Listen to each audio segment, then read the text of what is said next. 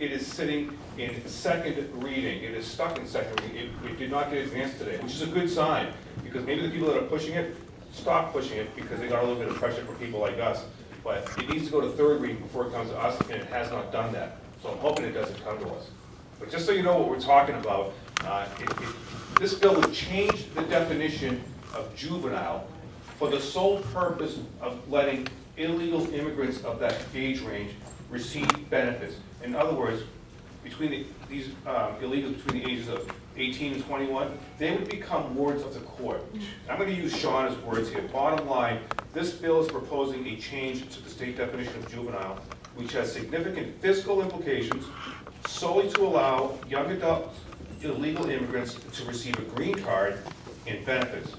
It's costly to the taxpayers, it's extremely vague, and poses safety issues. This will assure to provide even more incentive for illegal immigrants in the recent border surge to settle in Massachusetts, as few other states will allow it. And Shauna is dead on. She's spot on this thing. It's something Democrats do to bring more illegals here, because they know that once illegals get the right to vote, they're going to vote straight party line for Democrats for the rest of their lives. And they're doing it with taxpayer money. And I don't want to come across as someone that's anti-immigrant. I'm not. My whole family is immigrants. My mother, my father, all my uncles and aunts all came over here from Italy. But they came here in the late 50s, early 60s when you had to go before a judge with a sponsor to come into this country. And that sponsor had to show the judge that this immigrant would not become a burden on society. This is long before the days of any kind of welfare or entitlements would go to any kind of immigrant. And personally, I'm of the feeling that we should kind of return to that kind of system. Sometimes immigrants can do great things. A lot of them come here, start businesses, grow our economy, wonderful.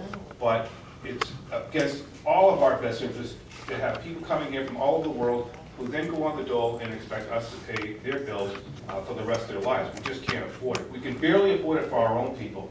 And as far as I'm concerned, if a returning war veteran has to fight these benefits, I'm sure as heck not going to give it to some guy that just comes over the border. So one of the things I think maybe stalled this thing is letters, phone calls, and emails from people like you. It's H1414, 1414. Make sure you call your state rep. Make sure you call your state senator. If that's me and Bruce Ty, you don't have to worry, we're going to be against it. But if you have someone else for a state rep, if you have someone else for a state senator, by all means, make sure you call or email them.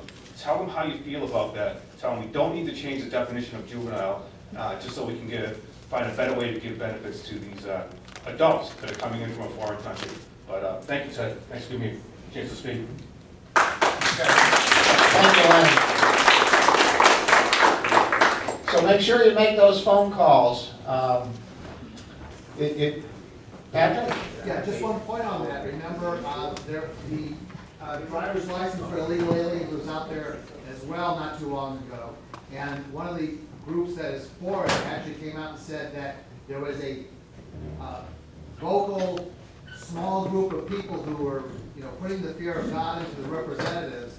That probably is what resulted in that being beaten back. So your calls will make a difference on this issue. Do it. Yes, you got to remember on the driver's licenses for illegal immigrants. That particular bill, there were 20 members on the Joint Committee on Transportation. Only 3 voted in favor of bringing the bill out of committee with a favorable vote. Only 3. And I think that's due to a lot of people in this room and the people on our email list that called members of the committee and told them to vote no on that bill, not have it come out of committee. So we can do the same thing here. As Lenny said, it was going to be on the fast track to come out of committee and then go to the House floor.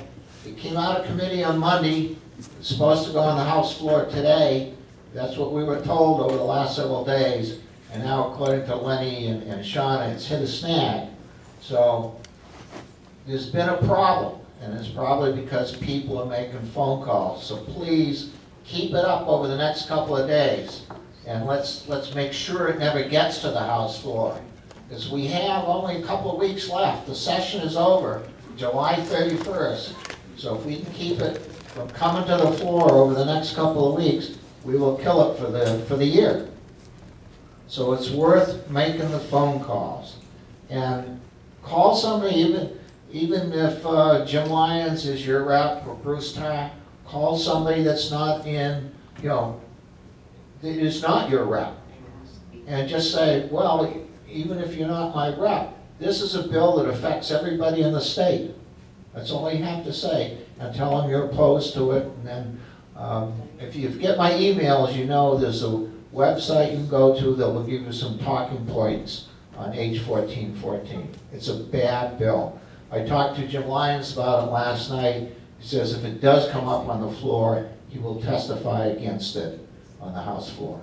So I don't think we have to worry about Jim and some of the others. But it's a bad bill. Let's try and kill it.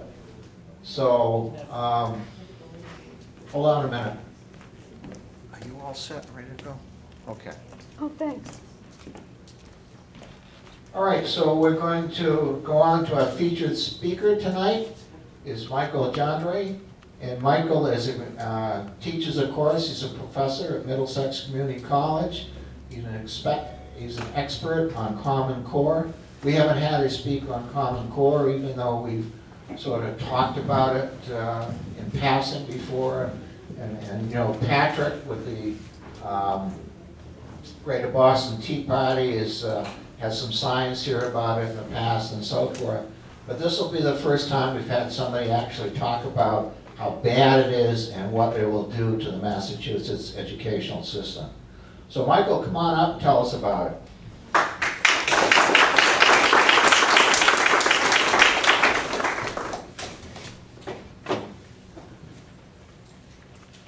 Thank you, Ted.